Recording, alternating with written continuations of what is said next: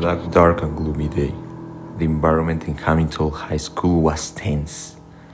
The old clay building shuddered with every lighting, and each flash that filtered through the small windows lightened the faces of the pale students, while the principal kept talking. Jason was perplexed. The news of Amy's death was shocking, but believable.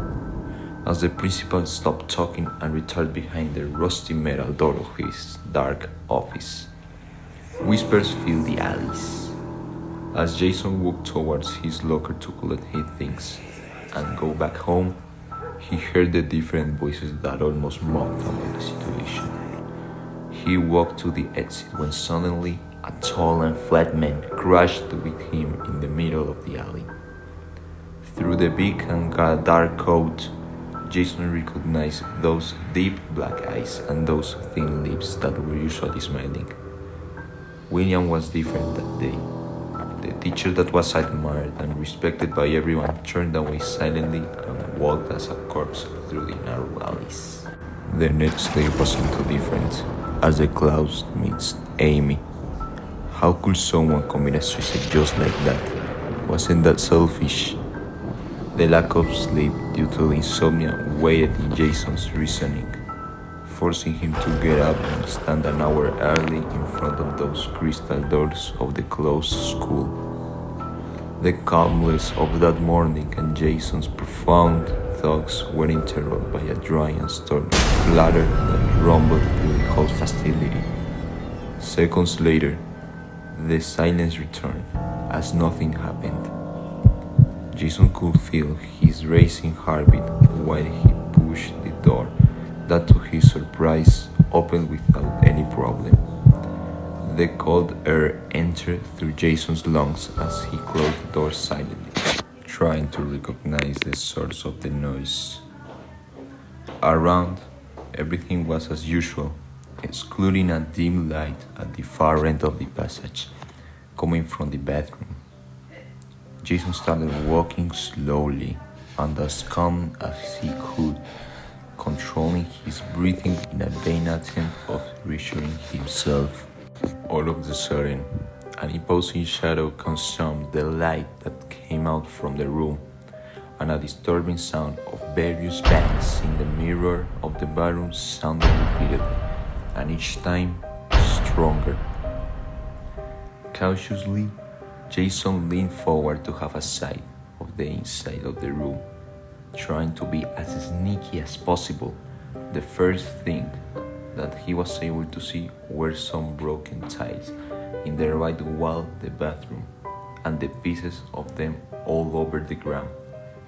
The deep cracks in the wall contrasted with all the other tiles around it, while a dense red substance adorned the place of the impact, and the person inside whispered quietly and repeatedly. The blood terrorized Jason, and the first thing in which he thought was running away. Instead, he kept peeking in. As he leaned more his head inside the room, he recognized a figure of a tall man in front of the mirror, washing his arm under a water stream that came transparent from the faucet and red when it fell from the hand. The voice of the man was fierce but disturbingly calm. The mirror was broken, so Jason couldn't see clearly the reflection of the man's face. Just one more. Just one more day. Suddenly, his eye caught a piece of metal on the table beside the man. The object was gray, with a black part in one side. Jason tried to enter more into the chamber in order to have a better view of the situation.